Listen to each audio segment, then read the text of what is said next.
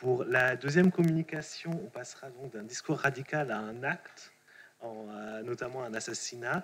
Donc la communication est présentée par Nathalie Le Bouedec, qui depuis 2020 est professeure en histoire et civilisation allemande à l'Université de Bourgogne.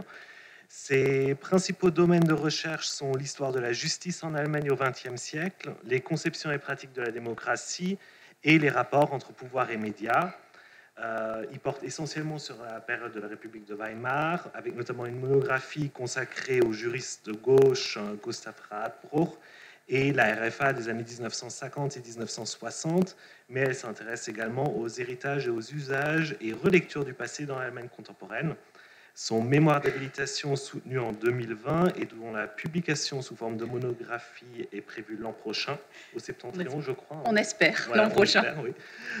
Porte sur les rapports entre justice et médias en Allemagne de l'Ouest de 1945 à 1963. Et elle nous présente aujourd'hui un exposé sur les références historiques dans les discours autour de l'assassinat de Walter Lübcke. Oui, merci Philippe pour cette introduction. Donc, je vais tout de suite rentrer dans le vif du sujet. Donc, le 2 juin 2019, Walter Lübcke, Regierungspräsident, autrement dit haut fonctionnaire à la tête de l'administration du district de Kassel dans le Land de Hesse, fut abattu sur la terrasse de son domicile.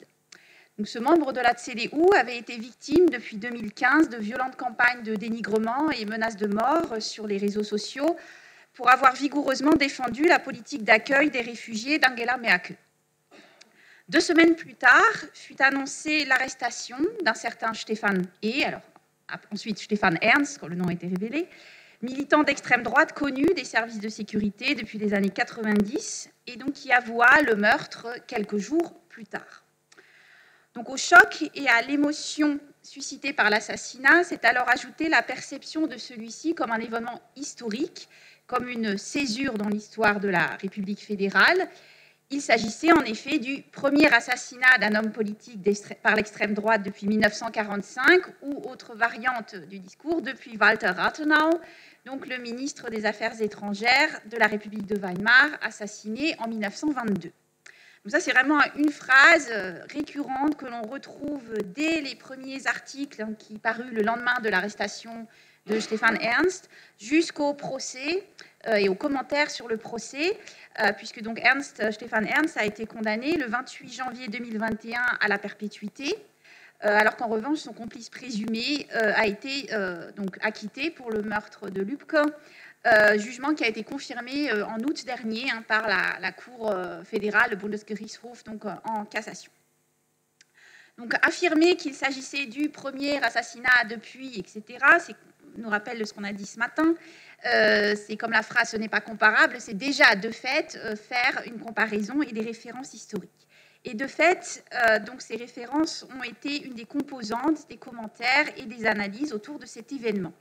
Donc l'idée de la présentation, donc de cette étude de cas, c'est d'analyser les fonctions de ces références et en particulier de voir dans quel récit de l'histoire de la démocratie allemande elles s'inscrivent ou quel récit elles construisent. Et ce que je voudrais montrer ici, alors ça sera forcément de façon un peu fragmentaire en 20 minutes et sans pouvoir entrer dans toutes les nuances, c'est montrer aussi l'ambivalence et la plurivocité de ces références entre donc, la réactivation, on va dire, de récits traditionnels et la critique d'un cadre de référence jusqu'ici dominant. Alors rapidement sur le corpus, c'est encore un peu un work in progress, je le reconnais. Donc c'est un corpus donc, qui englobe le discours d'acteurs politiques et institutionnels, comme vous le voyez ici, et également donc, un large corpus médiatique.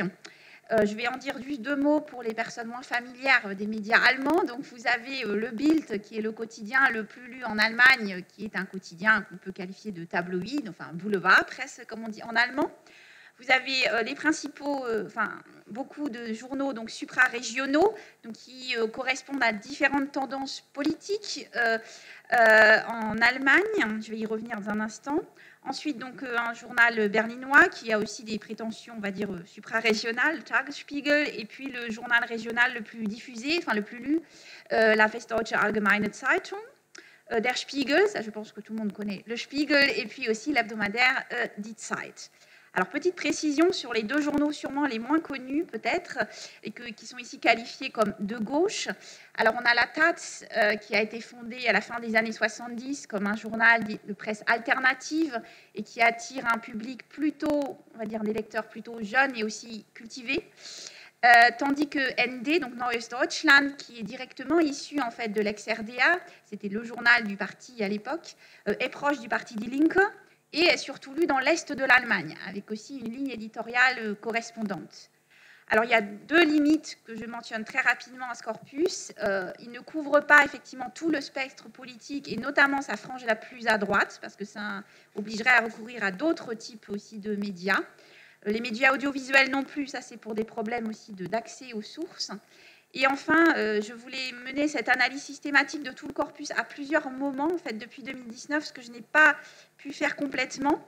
Et ici aussi, pour des raisons de temps, je vais me concentrer vraiment sur les semaines de juin 2019, donc autour de l'arrestation aussi de Stefan Ernst et des premiers commentaires. Donc rapidement, ce sera en 3 temps, en bonne universitaire française. Donc d'abord, je vais faire une sorte de panorama très synthétique des références utilisées dans le corpus. Là aussi, ça peut être utile pour les auditeurs moins familiers du contexte allemand. Et puis quelques constats généraux sur la manière dont elles apparaissent dans ce corpus. Et ensuite, donc, je traiterai 2 points. Donc la référence à la République de Weimar, dont on a beaucoup entendu parler depuis hier, et puis la question, le sujet controversé de la place du terrorisme d'extrême droite dans la mémoire de la République fédérale. Alors, rapidement, donc, les références. Alors, les plus nombreuses et celles qui sont apparues tout de suite, ce sont donc des références liées à l'histoire du terrorisme en Allemagne. Alors là, il faut distinguer bien sûr 2 choses, et j'y reviendrai plus en détail après. Donc, les références au terrorisme dit de gauche, donc en gros à celui de la fraction armée rouge, la Rote Armee Fraktion ou Banda Bader aussi en France, dans les années 70 et jusqu'aux années 90. Et puis donc celle au terrorisme d'extrême droite. Et là, c'est une différence très importante, tout le monde ne remonte pas du tout à la même époque. Alors la référence la plus présente dans le corpus, c'est une référence très récente, c'est celle de la NSU. Donc ce groupe, cette cellule terroriste néo-nazie, découverte presque par hasard en 2011, alors qu'elle avait sévi pendant plus d'une décennie, assassinant notamment 10 personnes, dont 9 immigrés. Donc, la plupart des journaux rappelèrent également les agressions très précédentes et récentes contre des élus, comme celle contre la maire de Cologne, Henriette Recker, en 2015. En revanche, les attentats de la période 1949-1990, et notamment l'attentat de la fête de la bière à Munich, le Oktoberfest-Attentat, du 26 septembre 80, qui reste à ce jour le plus meurtrier en République fédérale, avec celui du marché de Noël à Berlin en 2016, un attentat islamiste, celui-ci. Donc, ce type de référence n'est mentionné dans notre corpus en juin 2019 que dans la Taz, dans Neues Deutschland et aussi dans Die Zeit. Alors, il y a aussi, bien sûr, les attentats de la République et les assassinats politiques de la République de Weimar. Donc, le fameux, justement, l'assassinat de Walter Rathenau, et aussi un an plus tard d'un autre représentant politique de la République, un an plus tôt, Matthias Erzberger, en 1921. Cependant, donc, ces attentats, s'ils sont assez souvent évoqués, ne sont pas nécessairement évoqués dans le contexte de l'histoire du terrorisme, mais aussi à la place dans le cadre de la référence à Weimar, qui est l'autre référence dominante ici. Alors, les points communs, les parallèles, ils sont justifiés par les campagnes de haine qui avaient été alors menées dans l'espace public contre les représentants politiques. Il y a un journal, la Westdeutsche Allgemeine Zeitung, qui dit ce que Twitter à l'époque, c'était aujourd'hui, à l'époque, c'était les pamphlets, les tracts contre les politiciens. Et puis, bien sûr, le fait que des politiciens avaient été assassinés par des militants de l'extrême droite nationaliste et que ces attentats étaient pensés comme une attaque contre la République démocratique elle-même.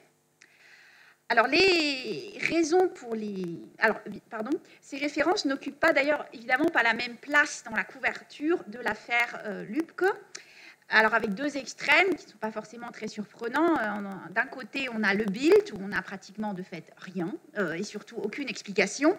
Et puis de l'autre côté, on va avoir des analyses critiques détaillées dans un journal comme Die Zeit ou la Taz. Alors ça a bien sûr des raisons médiatiques, ce n'est pas le même type de journalisme, ni de journaliste, ni de lecteur d'ailleurs. Et pour citer aussi Martin Zabro ce matin, ces différences sont aussi liées à des choix normatifs qui sont faits, et ce que je vais essayer de montrer, et aussi à l'objectif de la comparaison. En gros, que veut-on montrer de la référence? Que veut-on montrer en les évoquant? Et cela, au-delà de la conclusion commune à laquelle aboutissent en gros toutes les prises de position, c'est qu'il faut agir et qu'il faut tirer des leçons de cet assassinat. Donc je vais montrer aussi ces nuances à travers, donc, de façon assez rapide, avec deux exemples.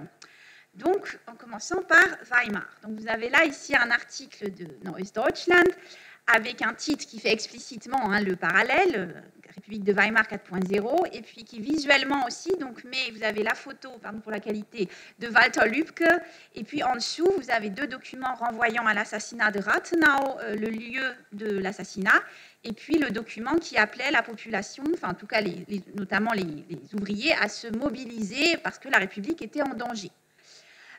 Puis vous voyez le sous-titre également tel qu'il est traduit. Alors ce n'est évidemment pas très surprenant de voir ce genre d'article. On en a déjà parlé, donc je ne vais pas détailler beaucoup, mais il y a cette notion de complexe de Weimar qui a été développée par Sebastian Ulrich, quelque chose qui avait quand même un peu perdu en importance, notamment dans les années 80, 90, etc. Mais cette référence connaît une certaine renaissance dans le discours public et la mémoire collective depuis plusieurs années. Et c'est lié à la conjonction aussi de deux facteurs. Alors, il y a bien sûr la montée de l'extrême droite, etc. Mais il y avait aussi la commémoration du centenaire de Weimar. C'est-à-dire que l'assassinat s'est produit entre le centenaire de la naissance de la République en novembre 1918 et puis le centenaire de la Constitution en 1919, justement. Donc, dans le cas de l'assassinat de Lübcke, on retrouve deux fonctions vraiment très classiques, finalement, de la comparaison. Il y a celle de l'avertissement contre la menace qui pèserait sur la démocratie, fonction qui peut être à double tranchant dans la mesure où elle peut contribuer justement à hystériser aussi le débat, comme elle avait déjà pu le faire dans les années 50 ou 60. Vous avez ici l'exemple de l'article de Neues Deutschland ou le titre de l'article de Die Zeit. Alors, c'est quelque chose qui a fait l'objet de critiques ponctuelles, mais qui reste rare. Par exemple, c'est une chronique sur laquelle je suis tombée de façon indirecte, donc dans la Rheinische Post. Nous sommes en 2019 et pas en 1932. Alors certes, il y a de bonnes intentions derrière cette comparaison, mettre en garde, mais politiquement, ce n'est pas une bonne stratégie, d'autant que parce que ça convoque obligatoirement l'issue dramatique, Hitler, l'Holocauste, etc. Deuxièmement, la comparaison, et là aussi c'est très classique, c'est un moyen de se rassurer en soulignant justement les différences entre Berlin et Weimar, donc dans la continuité du fameux Bonn n'est pas Weimar, pour affirmer la stabilité de la démocratie. Alors ici, un exemple assez caractéristique, donc une interview avec le président du Bundestag, Wolfgang Schäuble, le 28 juin 2019. Pardon, il manque la date de l'année. Donc le Spiegel, le journaliste, dit « L'assassinat de votre collègue de parti, Walter Lübcke, rappelle Weimar ». Donc ça, c'est le journaliste qui pose la réaction de Schäuble. Contrairement à Weimar, la RFA est une démocratie dite combative, wehrhafte Demokratie. Si nous prenons au sérieux la dimension effrayante de la violence d'extrême droite, il est possible de la maîtriser. J'aurais pu citer, il y en a plein d'autres exemples dans la même veine. Alors, ce qui est intéressant, c'est qu'en fait, ce discours est en décalage, en fait, non seulement avec les évolutions de l'historiographie, qui a quand même montré depuis un moment que la République de Weimar n'était pas sans défense, mais aussi avec des évolutions plus récentes de la culture mémorielle, notamment justement dans le cadre du centenaire. Si on voit par exemple le président fédéral Steinmeier avait beaucoup insisté sur la nécessité d'inscrire Weimar dans une histoire positive de la démocratie allemande et de ne plus seulement voir les échecs, la fragilité, etc. Or là, on retombe finalement dans un récit très classique de la démocratie sans défense, menacée, attaquée, etc. Alors, je suis obligée de passer sur l'exemple là, parce qu'on est déjà à 14 minutes, mais sur lequel je pourrais peut-être revenir. Alors, point suivant, sur lequel je vais m'attarder un petit peu plus, donc la question du terrorisme d'extrême droite et de sa place dans la mémoire collective en Allemagne. Alors, vous avez ici 3 exemples qui vont dans le même sens. Donc notamment, voilà, cet article de la Taz, Die Leerstelle, qui n'est pas facile à traduire, qui littéralement veut dire l'espace vide, mais qu'on pourrait ici traduire par l'angle mort, en quelque sorte. Donc, malgré 140 morts victimes de la violence d'extrême droite depuis 1993, la RAF reste, après l'assassinat de Walter Lübcke, le cadre de référence incontesté. Cette référence est oublieuse de l'histoire. Vous voyez ici ensuite, quelques jours plus tard, Neues Deutschland qui va dans la même veine, et aussi un article de la Zeit, alors publié en fait, qui est repris de la Bundeszentrale für politische Bildung par 2 journalistes experts du sujet et qui reviennent aussi sur les différents avatars et acteurs du terrorisme d'extrême droite depuis la naissance de la RFA. Alors le point commun de toutes ces critiques, au-delà d'une certaine nuance, c'est la critique de la banalisation ou minimisation, c'est la Verharmlosung systématique du terrorisme d'extrême droite et de son occultation dans la mémoire collective de la RDA. Et pas seulement depuis 10 ans ou 15 ans, mais depuis bien plus longtemps. Et donc finalement la remise en cause d'un récit de l'histoire du terrorisme et plus globalement des menaces finalement qui auraient pesé sur la démocratie allemande, un récit dominant voilà, où on voit surtout les acteurs et les victimes de la RAF. Donc, cette occultation est pour les auteurs de ces articles parfaitement illustrée par le discours sur la césure que constituerait l'assassinat de Lübcke, alors que celui-ci s'inscrirait au contraire, donc là je cite l'article de la Zeit, justement directement dans la tradition du terrorisme d'extrême droite. Et en fait, quand il est fait référence à l'attentat de Munich en 80, notamment, c'est pour justifier un appel non seulement à agir contre le terrorisme d'extrême droite et l'extrême droite en général, mais aussi à reconnaître l'importance du phénomène et à lui faire une place dans la mémoire collective. Alors la recherche sur le terrorisme d'extrême droite est encore finalement assez récente. C'est surtout développé depuis 2011, en fait, et la découverte de la NSU, et a de fait mis en évidence ce déséquilibre. On insiste beaucoup là-dessus. Alors, on a un historien comme Dominique Grigol qui juge nécessaire d'écrire une histoire, une Kontinuitätsgeschichte, donc une histoire de la continuité de ce terrorisme depuis les années 20. Alors, continuité qui fait aussi débat. J'en ai parlé un peu avec Martine Zavro aussi il y a 2 jours. Et donc, parmi les explications qu'on peut donner aussi pour ce déséquilibre, on peut avancer ici, je cite Carola Dietz, que ce terrorisme d'extrême droite ne correspondait pas de fait à l'image de soi ou l'image que la RFA voulait donner et à l'idée d'une success story aussi en opposition bien sûr au nazisme. Et le corpus témoigne de fait de l'importance de la RAF, de la référence à la RAF dans la mémoire collective ici. Alors j'ai 2 exemples, je vais pouvoir au moins, voilà, rapidement. Donc, un éditorial dans la Westdeutsche Allgemeine Zeitung. Le sujet, c'est le titre d'ailleurs, c'est « L'État doit agir ». Donc, le sujet, c'est le danger que représente l'extrême droite, très clairement. Sauf que, en fait, la référence, la seule historique, c'est la RAF. Et c'est intéressant de voir pourquoi, en fait, qu'est-ce qui est mentionné. Par exemple, il cite la chasse à l'homme qui était menée alors, les affiches qu'on voyait partout avec les visages de Bader, Meinhof et des terroristes, et aussi la réponse de l'État qui avait été effectivement très importante. Et en fait, ça prouve justement aussi que si ces actes de la RAF se sont ancrés aussi autant dans la mémoire collective, c'est par leur présence aussi dans l'espace public et même dans le quotidien. Et ce qui est intéressant, c'est qu'il dit aussi, voilà, chaque enfant se souvient de ces affiches. Alors j'ai regardé un peu, ce journaliste est né en 1963, et je pense qu'il y a aussi voilà, une mémoire individuelle ou une expérience, une dimension générationnelle de ça. Et ça pourrait être confirmé par un 2e exemple d'une journaliste qui a de la même génération, dans la Süddeutsche Zeitung, un article intitulé « La RAF brune », donc 18 juin 2019. Alors, c'est intéressant parce que d'une part, elle tente de proposer une comparaison un peu plus différenciée, donc en développant des points communs et des différences qu'elle voit notamment dans la structuration de ces ces groupes et de ces actes d'extrême droite, également le rapport beaucoup plus ambivalent entre la police aussi et ces phénomènes. Mais elle critique aussi très vivement le fait que la police et la justice n'ont pas reconnu que l'ennemi le plus dangereux est à droite. C'est très weimarien comme phrase aussi, l'ennemi est à droite. Mais malgré tout, le cadre de référence, ça reste la RAF. Alors on peut bien sûr se dire qu'il s'agit aussi d'une stratégie adaptée aux destinataires, aux lecteurs.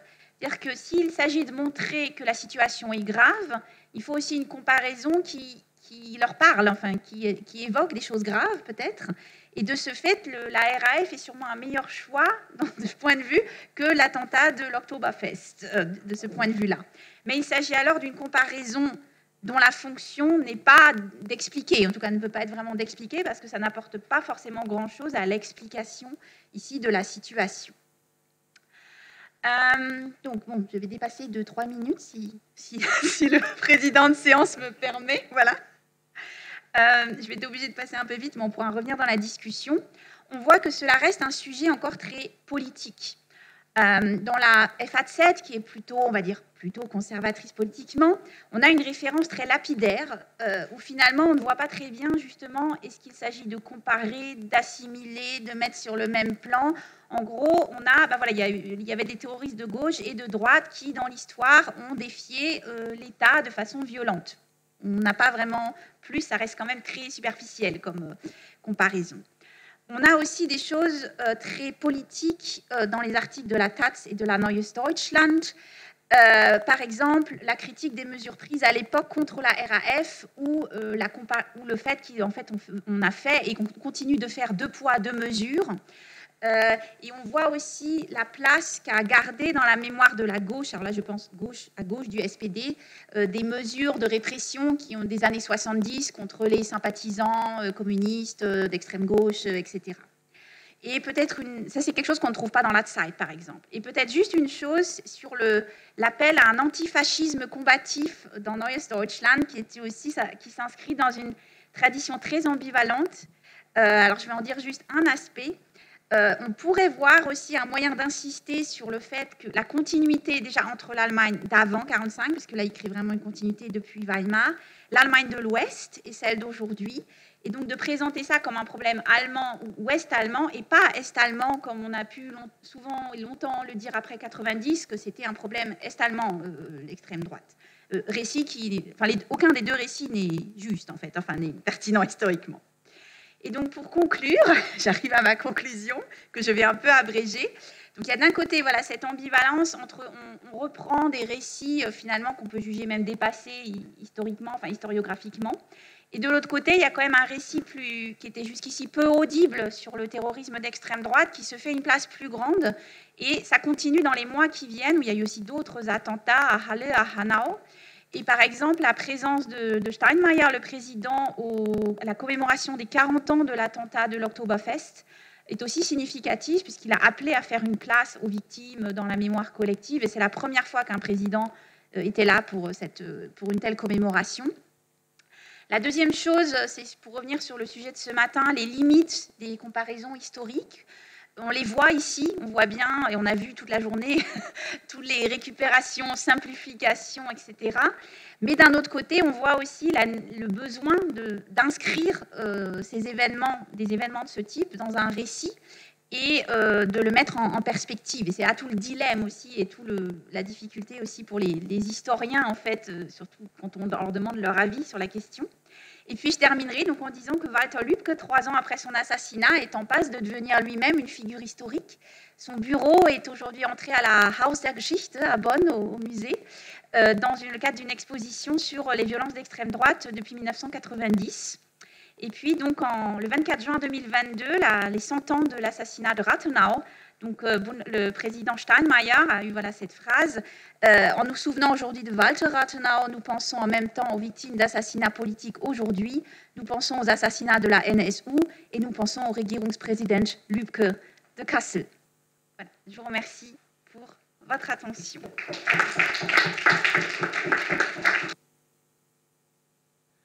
Merci beaucoup Nathalie pour cette communication qui illustre, à mon avis, très bien à partir d'un exemple, en fait, à la fois la gestion des extrêmes et les références au passé.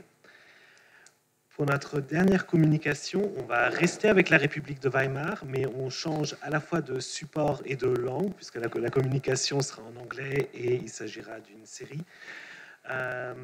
Donc la communication est présentée par Hanno Hochmuth, qui est chercheur au Leibniz Zentrum für Zeithistorische Forschung à Potsdam, et il enseigne la Public History à la Freie Universität de Berlin.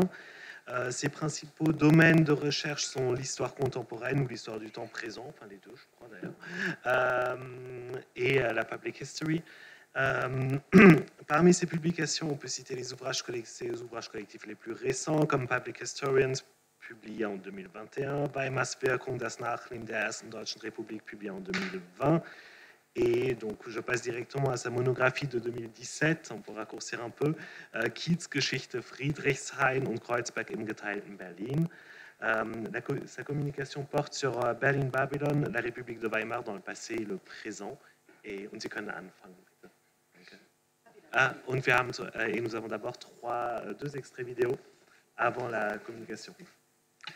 Yeah, thank you for the kind introduction, and also especially Natalie for the invitation to this very interesting conference. And I'm aware of this challenge that I have to face now that I'm the last paper between now and the end of this conference. In order to raise your attention, we just thought about showing you two short clips from the TV series Babylon Berlin. I will start with the intro of the first season, and we'll continue with one of the first seasons where the two main protagonists were introduced in the first season. So we start.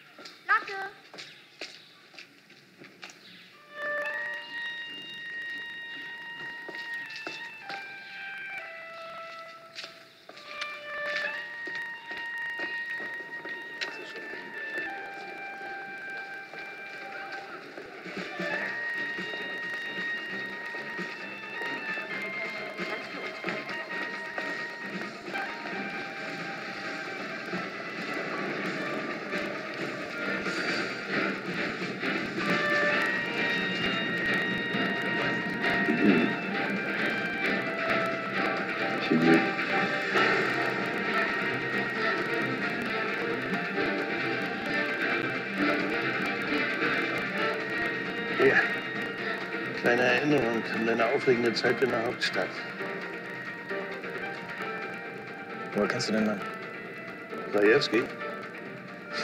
Ob du das glaubst oder nicht, der war mal bei uns. Ein Polizist.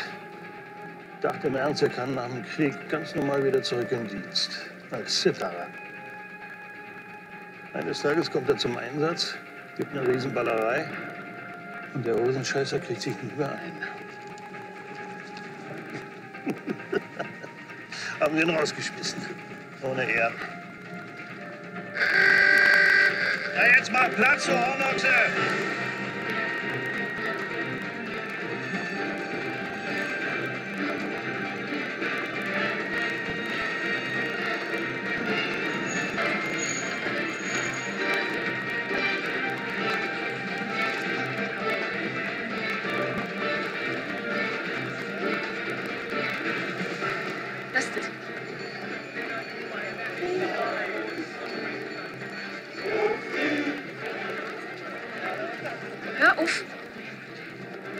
Ich gehe zur Polizei. Ungelogen. Willst du mit?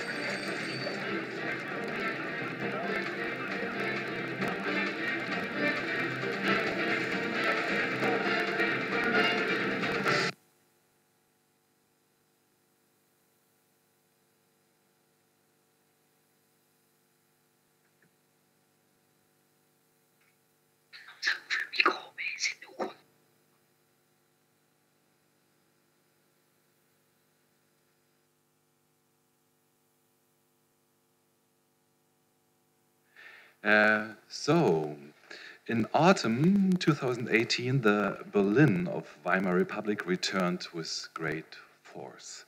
This was not only due to the 100th anniversary of the November Revolution, but above all to the television series Babylon Berlin. After the production had already run on the private pay-TV channel Sky a year before, it met with great response when it was broadcast on the public German television channel Das Erste ARD in October 2018. On linear television, and this is like as we used to watch television in the past, an average of around 5 million viewers watched the most expensive German television series of all time. Much more resounding, however, was the success in the ARD Mediathek with a total of 10 million views within only a few weeks. But it did not remain a success in Germany alone. The production company X-Filme sold the series in over 110 countries. In keeping with the logic of the genre, the first 2 seasons were followed by a 3rd season, which was shown on German television in 2020, and a 4th season, which recently premiered on Sky and will come to Das Erste in the next year. Babylon Berlin is based on the historical crime novels by Volker Kutscher, and I just show you the cover of the first book, I think, published in 2007. Tom Tykwer, Henrik Handlöchten, and Achim von Boris adapted the books for television. The series is set in 1929, or I should be more accurate, the 4th season is now in 1931, but what I'm talking about is mostly about 1929, and tells the story of Cologne detective Gerion Rath, who comes to Berlin, investigates various criminal cases, and has to deal with the enemies of Weimar Republic. At his side is the young detective assistant Charlotte Ritter, who embodies the modern woman of the 1920s, and we see them here, and we have just seen them in the intro of the series. In addition to these 2 main characters, to this beide Hauptrollen, the German capital, the Hauptstadt, plays a major role in the series. Shot partially on original locations, partially in the studio, Berlin is elaborately staged. Just how important the series is for the city's self-promotion is shown by the fact that the then governing mayor, regierender Bürgermeister Michael Müller, traveled to Los Angeles in autumn 2017, especially for the world premiere to promote Babylon Berlin in Hollywood. The title of the series stands for a certain image of Berlin. It links the mythical image of Berlin in the golden 20s with the hedonistic party metropolis of the present. And it is nowhere more visible than in the Mokka-FD dancing scenes, both in the 1st and 2nd and in the 4th season. The title deliberately plays with 2 biblical levels of the meaning of Babylon, hybris and decadence. The Tower of Babel from the Old Testament refers to the aspiring spirit of the Weimar Republic, which breaks into modernity but ends in disaster. And this is a picture that shows for this, or stands for this idea of the Tower of Babel. In turn, the Great Hall of Babylon from the Revelation of John stands for the permissive character of Weimar nightlife shortly before its downfall. And this is from the same time from Lukas Cranach, dem Älteren. The title Babylon Berlin thus condenses a popular image that gets to the heart of the Berlin of the Weimar era and is therefore also very internationally accessible, anschlussfähig, I would say in German, Without this title, it may be assumed the series would be not half as successful. And what is, I think, interesting is that the English version of the initial book was not Der nasse Fisch, the wet fish, but it was Babylon Berlin already. Babylon Berlin is strongly based on the images we already have in our minds of the Weimar Republic. Yet the myth of Babylon, of Berlin as the Babylon of modernity, is already very popular, or was already very popular, in the Weimar Republic itself. And I just show you a few examples of the Babylon myth from Weimar Republic itself. You can see the Ishtar Gate in Pergamon Museum, which is actually really from ancient Babylon, from the, I think, 5th century BC, and it was opened to public in 1929. And in 1929, the then largest department store of all of Berlin, the Karstadt am Hermannplatz, was opened. And I would say not only was a clear architectural reference to Manhattan, but also to a zikkurat, to a temple from ancient Babylon. This was a temple of consumption. And then there was the cinema, also opened in 1929, designed by Pölzig. What's his first name again? No, by the famous architect Ernst, I think, Pölzig, who designed this famous cinema on Rosa-Luxemburg-Platz, today then Bülowplatz. And then, of course, there was this movie, Metropolis, by Fritz Lang, that draws on the pattern of the Tower of Babel. And in 1929, there was also this very famous novel by Alfred Döblin, Berlin Alexanderplatz, and he explicitly plays with the myth of Berlin als das neue Babylon. In the following, however, I do not want to trace the myth, but the image that Babylon Berlin conveys of the Weimar Republic.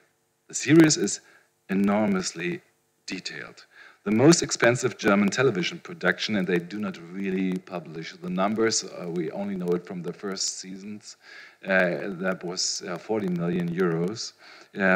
But we can see this everywhere. The most expensive German television production of all times makes it possible for the set to be based on historical models down to the last detail.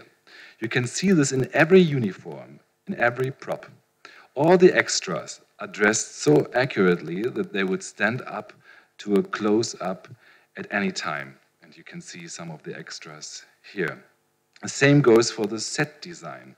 Thus, the misery in the Berlin workers' quarters is vividly shown, as we have just seen when Charlotte starts from her home to Alexanderplatz. In the same scene, we meet the female protagonist Charlotte Ritter on her way to the Red Castle, die Rote Burg, the famous Berlin police headquarters. She gets off a tram at Alexanderplatz. In the background, we see the famous Alexanderhaus by Peter Behrens, one of the architectural icons of Berlin in the Weimar Republic. But the Alexanderhaus was not completed until 1932, 3 years after the time in which Babylon Berlin is actually set. So for all its attention to detail, Babylon Berlin certainly makes allowances for historical accuracy. There are other examples. The model of the steam locomotive that drives the train at the beginning of the first season did not exist back in 1929, nor did a Tauroggen border station between the German Reich and the Soviet Union, which is shown shortly afterwards. And finally, the expressionist film that is lavishly produced at the beginning of the third season was actually long out of fashion in 1929, so fiction takes the place of historical facts. However, these historical inaccuracies are only a problem if one understands one's role as a historian as that of a critic.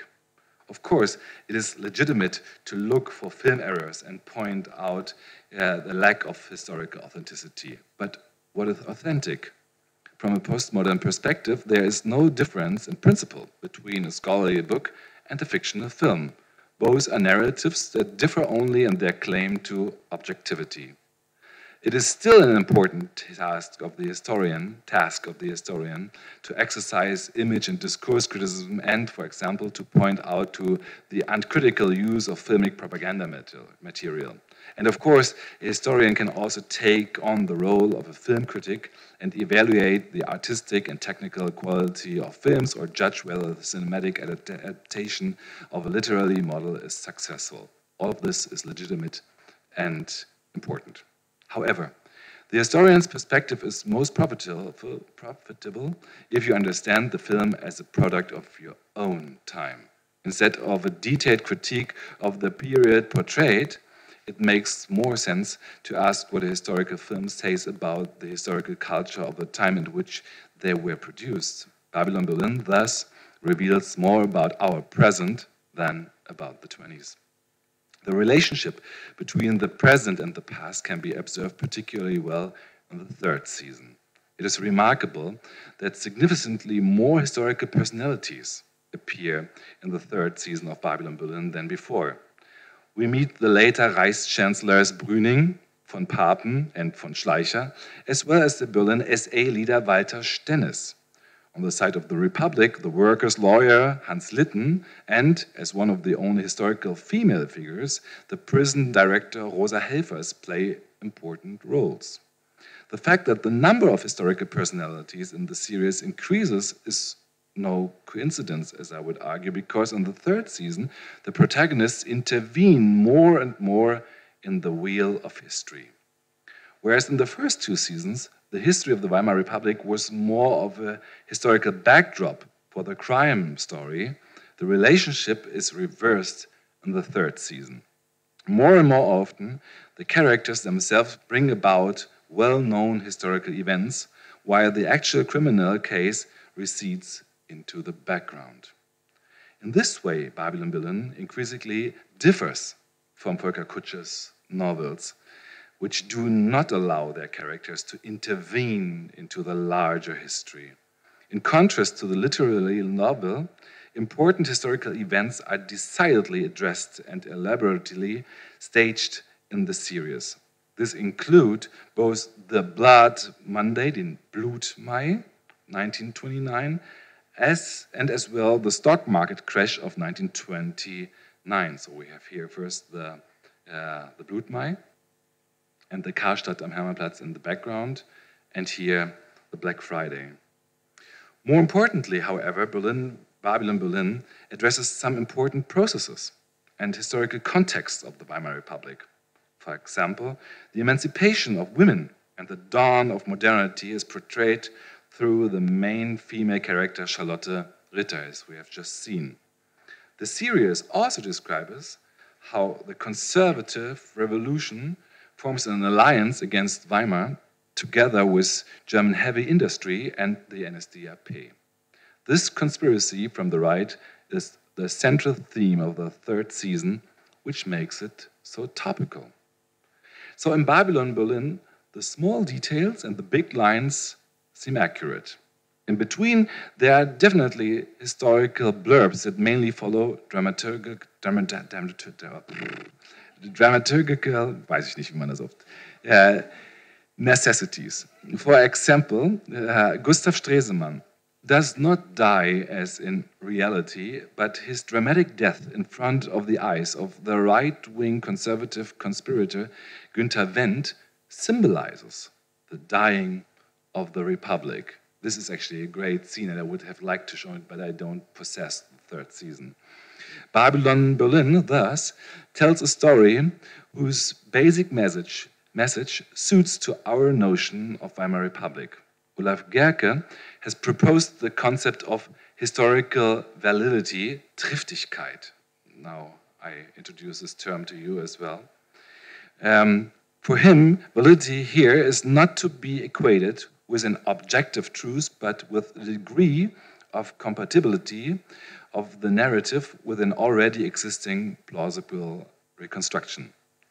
End of quote. The main issue then is the historical plausibility of the plot against the background of our prior historical knowledge.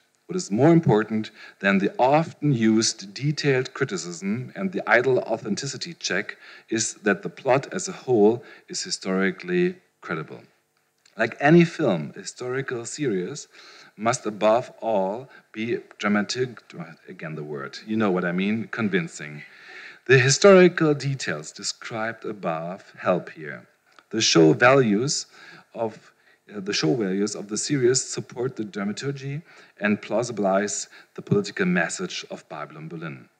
The first and the second seasons of the series were, in a sense, overtaken by contemporary political reality when they revealed the threat to the Republic posed by the New Right. And it's very interesting that they aired in 2017, in the same year when the AfD first went into the Bundestag, made it into the Bundestag. But of course, as you can imagine, a production like Babylon Berlin has years to come into the television. So they actually started way before the AfD actually made it into the Bundestag. The third season is the other way around, however. It was created against the backdrop of the rise of right-wing populism in our present day and deliberately makes the destruction of the Weimar Republic by the United Right its theme. In 2018, Tikva von Borries and Handlöchten, the three directors, expressed themselves almost prophetically in an interview with the FAZ, Frankfurt Allgemeine Zeitung. I quote, "We don't want to show the Nazis as the others. In our world, almost everyone will be long in a few years," end of quote. Like Volker Kutscher, the makers of Babylon Berlin are concerned with fighting against the forgetfulness of history, and the German term that they use for this is Geschichtsvergessenheit, so forgetfulness of history. At the same time, however, Babylon Berlin is also an example of today's obsession with history, and there's a nice play on words in German, it's Geschichtsvergessenheit. Very similar, but very different in meaning. This applies not only to the filmmaker's love of historical detail, but also to the great historical interest of the audience, without which a series like Babylon Berlin would not be possible. The series benefits from a booming culture of remembrance that is currently rediscovering the Weimar Republic. And I just saw you one picture for this. This was the opening event of the themed Winter Revolution 1918-19 in Berlin that took place in 2018. And you just mentioned it basically, this renaissance of Weimar Republic in the public discourse, and Martin Sabo did so as well this morning. Due to, and I think this is two elements that contributed to it, due to the upcoming anniversaries, our memory culture works with anniversaries. Due to the upcoming anniversaries and the supposed analogies between the 20s of the 1920s and the 20th century and the 21st century, Weimar seems more topical than ever. The success of Babylon Berlin is based on this historical cultural boom, just as the series in turn contributes enormously to the renaissance of the Weimar Republic and shapes our image of the first German democracy. Babylon Berlin is firmly woven into a network of multimedia publications, podcasts, city tours, television documentaries, and theme tables in bookshops. Berlin of the 1920s is omnipresent, at least in Berlin, and I can show you a number of books, or maybe you are also familiar with the famous graphic novels by Jason Lutz that play in Berlin, and I could add further on. Other productions jumped on the success of Babylon Berlin. The 6-part television series El Dorado KaDeWe by Julia von Heinz should be mentioned here in particular. The series was also produced by ARD and is also set in Berlin during the Weimar Republic. And just like Babylon Berlin, El Dorado KaDeWe perhaps tells us more about our present than about the history of the Weimar Republic. In this sense, the subtitle of El Dorado KaDeWe is to be understood quite literally. Now is our time. Jetzt ist unsere Zeit. It also means that, as with all historical series, we project our current themes and discourses back onto the past. In Eldorado KDB, this is the striving for sexual emancipation. Just one screenshot. Historically, this is certainly be linked to the emancipation movements of the Weimar Republic, in which homosexuality could finally be lived. Just think of Christopher Isherwood's Farewell Berlin and the legendary film version Cabaret with Liza Minnelli. Eldorado KDW, however, addresses the search for sexual identities offensively in the spirit of our present. It fits in with that the series deliberately jumps between time levels again and again when the protagonists in historical costumes run back and forth between modern cars in outdoor scenes. Now is our time also applies here.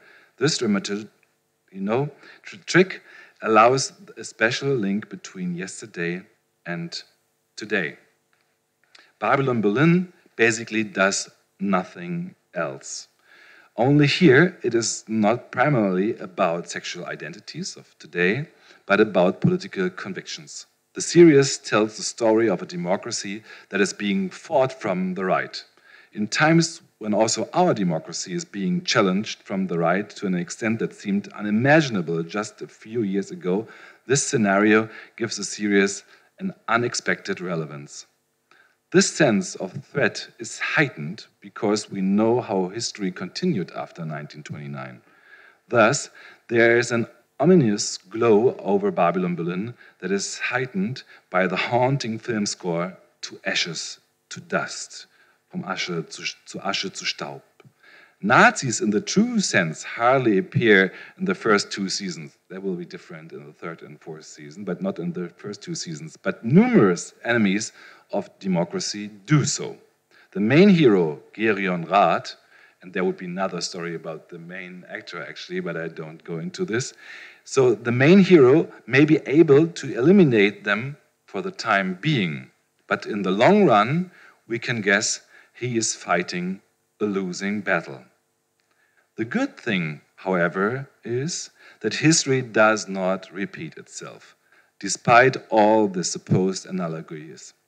And we have it in our own hands to preserve our democracy. If the series sensitizes us a little to this, it is worthwhile to watch Babylon Berlin for that reason alone.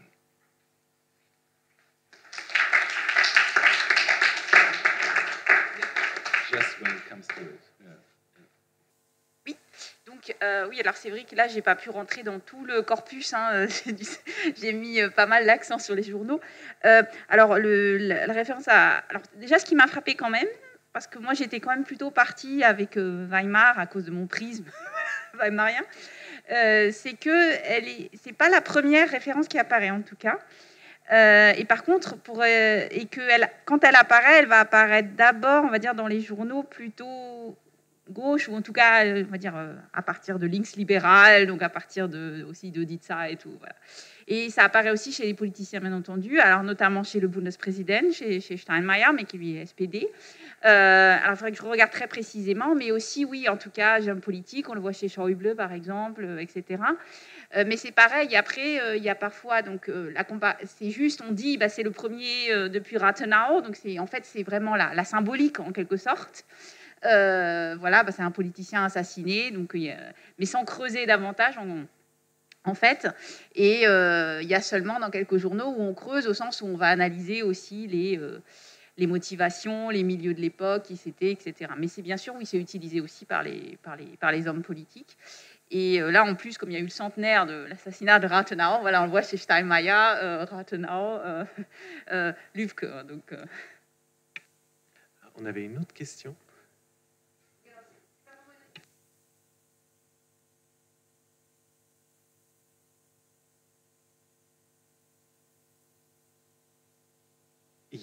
Il faudrait allumer votre micro pour l'enregistrement surtout. Ah, je recommence, pardon. Donc plutôt une réaction à ce qu'a dit François Dankart à l'instant. Je ne suis pas sûre que ce soit tant que ça une contradiction à l'AfD de dire d'un côté, bon, c'est une part minime de notre histoire, et puis accuser d'une certaine façon l'actuel gouvernement d'avoir des méthodes dictatoriales vis-à-vis dans le traitement de la population face à la pandémie. Je pense qu'au contraire, c'est extrêmement cohérent.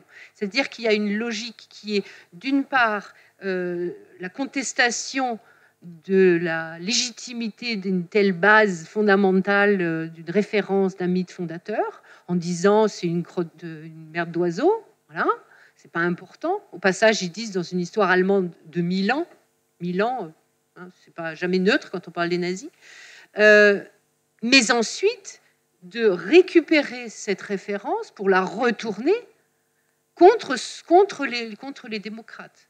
De la même façon que l'AfD, de manière absolument pas par hasard, récupère le terme de Volk, donc du peuple. Je sais pas, j'ai l'impression que personne n'est choqué. Moi, ça me retourne absolument que l'AfD récupère le Wir sind das Volk, c'est-à-dire le mot d'ordre des gens qui allaient dans la rue en RDA pour dire le peuple, c'est nous, c'est pas les gouvernants, les dirigeants, etc. Et qui joue sur la terminologie, sur l'ambiguïté du terme, le folk nazi.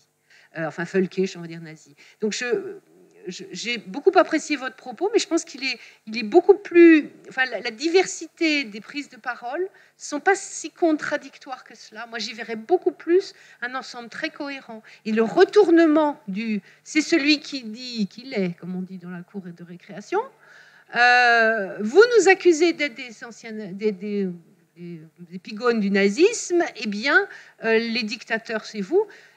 Ça ne fonctionne pas qu'en Allemagne, hein, de cette façon. Et puis j'ai juste aussi une remarque, pardon, ce n'est pas vraiment une question, mais c'est une réaction. J'ai trouvé très intéressant, Nathalie, quand tu as évoqué qui évoque la RAF, qui fait référence, cette stratification des références, je trouve que c'est très intéressant. Je pense qu'il y a un phénomène d'automatisme, de réaction à violence politique, meurtre dans l'espace public, etc. Mais surtout, je dirais même que c'est aussi une référence au propre ébranlement qu'avaient représenté les crimes de la RAF pour la société dans les années 70.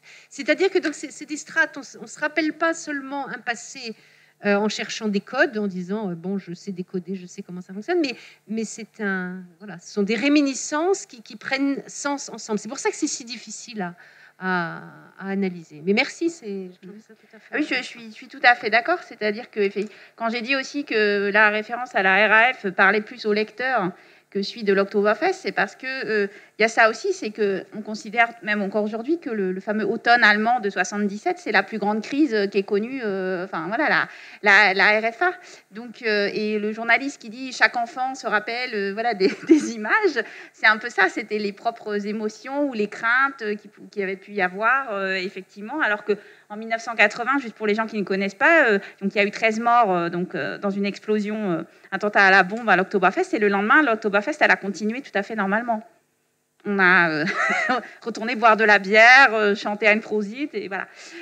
Et donc, c'est pas du tout la même émotion, le même rapport à l'événement. Et donc, oui, il y a bien sûr un système de réflexe, automatisme, Weimar, la RAF, etc., mais qui n'est pas du tout, mais parfois qui est aussi très indifférencié. Il y avait un article je crois que c'était dans le Tagesspiegel, juste après l'arrestation, où là, c'était un espèce de pot pourri, alors il y avait Erzberger, Buback, donc le procureur général qui avait été assassiné par la RAF, Erzberger, et puis je ne sais plus qui, mais bon, uniquement parce que il y avait eu des victimes du terrorisme, des campagnes de haine, mais sans distinction de pourquoi, comment, dans quel contexte, quoi.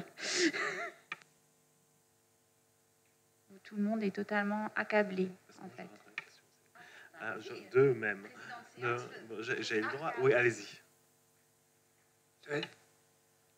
It refers, I think it refers to actually some of the papers earlier on today. I mean, I have a slight concern that the sources that we're using, and it was partly Hannah's paper that persuaded me we need to think hard about the sources we use. The sources we use are much more traditional than most of the sources that people draw on now for information.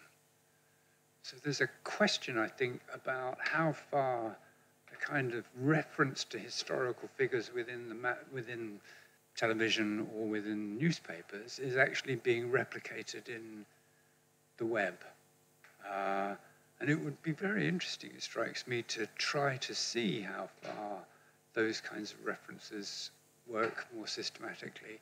And it would be also well worth sort of exploring, though unpleasant as it is, how different groups within the web are using kind of historical examples.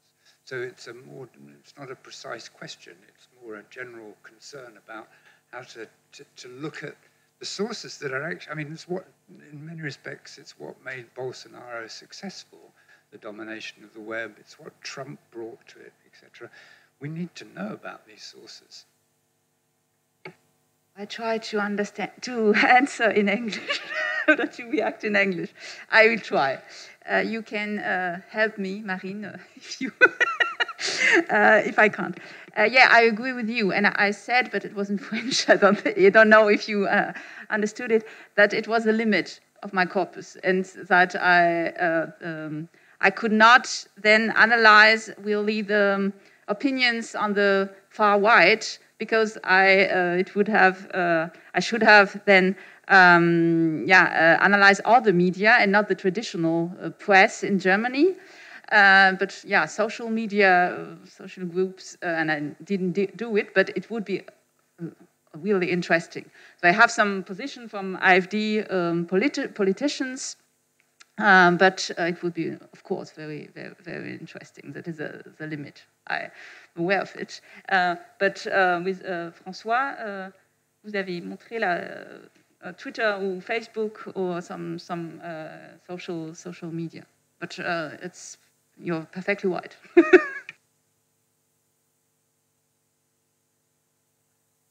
Herr Hochmuth, welche Sprache?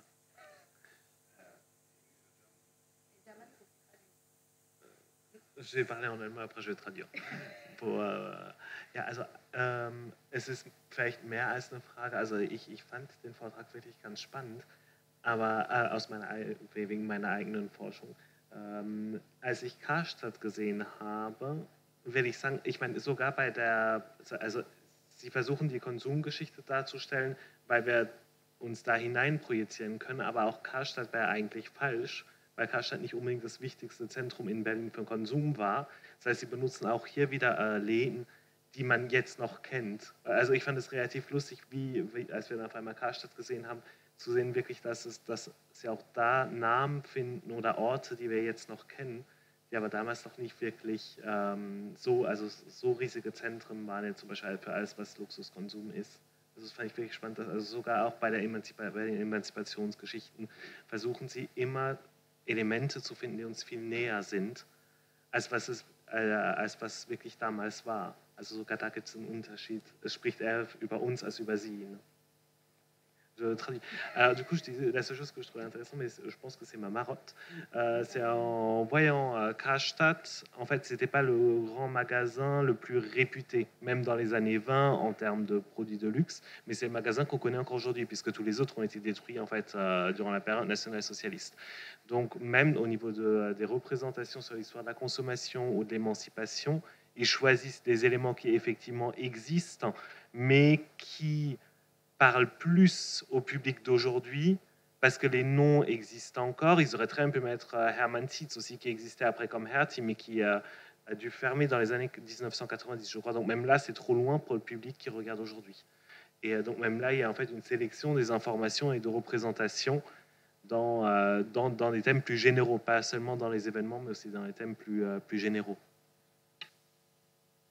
Yeah, this is certainly right. Even though the Karstadt am Hermannplatz in 1929 was very influential, and it was many people noticed it, but it was not as old and not as well known as the traditional department stores from the beginning of the 20th century. But what is more interestingly in your question is this overall pattern that these feature film productions and TV series productions, they always play with authenticity, and they're always in a way built upon our pre-existing notions of the time depicted in the series. And I think maybe something like Forrest Gump started this, and we have so many big productions when you think, for example, of Baader-Meinhof complex or so, where like up to the very picture where Benno Ohnesorg is dying on the floor next to the Deutsche Oper, it in a way reinszeniert, it restages these historical pictures that we are very familiar of, and so the success of a series like Babylon Berlin is certainly based on our pre-existing notions of Weimar Republic, but on the other hand, it will also contribute to our image of the time depicted, and will again influence this for the next time.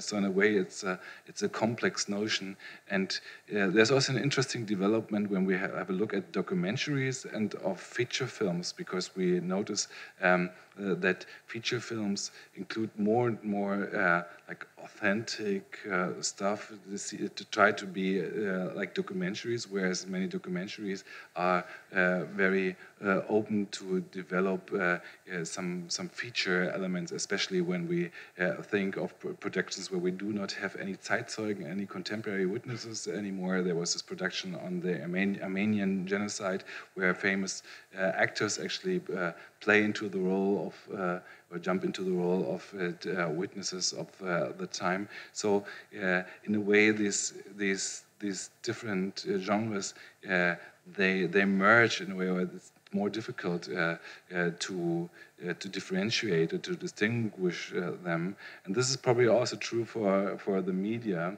And I would also, I mean, you're totally right with your comment that we should reflect on this, and actually we did so with the talk of Anna yesterday, like with Charlie Hebdo and the influence on Twitter. But on the other hand, I think we should not underestimate the power of old media. And certainly television is still there. I mean, it's transformed into the streaming, but still it's very powerful, and we should probably not only focus on social media, but rather on how they interact with each other. Sur justement les séries télévisées, voilà, aujourd'hui c'est quand même un média très très important. Je ne sais pas s'il y a d'autres questions. Alors, une question en ligne. Wir können sowieso, ich brauche Teams. C'est ça, oui. On a une question de Bérénice Dunino. Oui, bonjour. Je ne sais pas si vous m'entendez. Si, on t'entend. Merci beaucoup. Alors, je tenais à remercier Nathalie pour son exposé particulièrement stimulant. Et en fait, j'aurais juste une demande de précision ou de renseignement. J'ai peut-être mal compris ton propos. Tu parlais d'une exposition en cours sur les rechtsextremistische Gewalttaten. Alors, j'ai bien sûr retrouvé celle du NS-Dokumentationszentrum de 2017. Mais je n'arrive pas à mettre la main sur celle-ci. Alors, est-ce que c'est à la Haus der Geschichte? J'ai pas trouvé d'informations, en fait. Alors, oui, en fait, je pense que je me suis mal exprimée. En fait, je voulais dire dans les collections de la Haus der Geschichte. En fait, c'est Sammlung. J'avais écrit Sammlung dans mon papier. Et, voilà. En fait, en tout cas, je l'ai lu dans des articles qui l'ont signalé que donc, le bureau de Lübke avait été introduit dans une collection. Voilà. D'objets en lien avec les violences d'extrême droite depuis 90, d'autres liés aux émeutes de Rostock-Lichtenhagen contre juste pour préciser, contre des bâtiments où vivaient des étrangers, des immigrés, et puis aussi en lien avec la NSU notamment. Donc c'est une collection donc, qui doit être visible à la Haus der Geschichte, mais peut-être qu'Hélène Miard-Delacroix, qui connaît bien la Haus der Geschichte, pourra en fait, te donner plus de précision que moi, parce que moi j'ai vu ces références dans des articles, en fait, je ne sais plus si c'était Spiegel Online ou je ne sais plus où, à la suite aussi du procès en fait, contre Lübke, où c'était mentionné, mais je n'ai pas eu le temps de creuser, je l'avoue, la question. Merci. Oui, je peux juste préciser, la Hausgeschichte, qui est donc un grand musée de l'histoire contemporaine de l'Allemagne depuis 1945, expose beaucoup de choses, mais surtout fait des collections. Et collecte, reçoit en cadeau et achète des objets du quotidien de toutes sortes. Et a une politique à la fois active d'aller demander des documents de toutes sortes, mais vraiment de toutes sortes, de photos, d'images, de sons, et puis des objets qui peuvent être un peu comment dire, symboliques, des morceaux d'un avion écrasé. Enfin, il y a beaucoup de choses. Hein. Donc, alors, c'est vrai que ça veut dire qu'il est entré dans l'histoire. Mais en même temps, il entre dans l'histoire à côté d'énormément de choses, puisque c'est une des idées de collectionner des traces du temps présent. Voilà. Merci. Je pense qu'on va en rester là, à moins qu'il y ait encore une question, parce qu'il faut encore la conclusion du colloque. Donc, ouais. Ben, on en reste là, et merci beaucoup à tous les intervenants, et merci pour les questions. Oui, donc dans ma grande idée initiale, je m'étais dit je vais faire une grande conclusion, sauf que vu que cet après-midi j'étais là, j'ai pas vraiment eu le temps de préparer une conclusion en fait. C'est le problème. J'ai pas eu beaucoup de temps de réfléchir en fait depuis hier, mais je pense quand même. J'espère que le colloque a confirmé la pertinence du sujet, et on a vu finalement la difficulté entre le caractère problématique de ces comparaisons, leur récupération sous de multiples formes, les raccourcis, les réécritures, etc. Et de l'autre côté aussi, finalement, l'intérêt aussi de déjà de les étudier parce qu'elles font partie de notre, finalement, du quotidien, et aussi de notre travail, en fait, de prendre de la distance aussi par rapport à ces références et ces comparaisons. Et on a vu aussi tout ce qui pouvait... tous les points qu'on pouvait retrouver entre le Royaume-Uni, l'Allemagne et l'Espagne, et puis aussi l'importance quand même de certaines traditions nationales. On l'a vu avec l'Argentine, par exemple, elle est partie, la collègue, mais en disant qu'il y avait ces débats particuliers sur la mémoire en Argentine qui ont favorisé justement ce néologisme infectadura, etc. On a vu aussi le cas allemand, pas mal, il y a une certaine spécificité. Mais je pense que c'était quand même fructueux de croiser tous ces regards. Donc un grand merci à tous les intervenants, y compris à ceux qui sont plus connectés, et à tous les participants et à votre endurance pour ces deux journées. Je remercie, elle n'est pas là, mais je voudrais dire un grand merci à Myriam Segura Pinero qui a géré toute la partie logistique de ce colloque, sans qui on n'y serait pas arrivé, et qui donc a permis les repas, Et oui, et donc nous allons bien sûr, effectivement, merci Agnès, l'intention que ce colloque débouche sur une publication. Alors pour l'instant, on ne peut pas vous donner d'informations concrètes, mais on reviendra bien sûr vers les intervenants pour faire aboutir ce projet, nous l'espérons, le plus rapidement possible.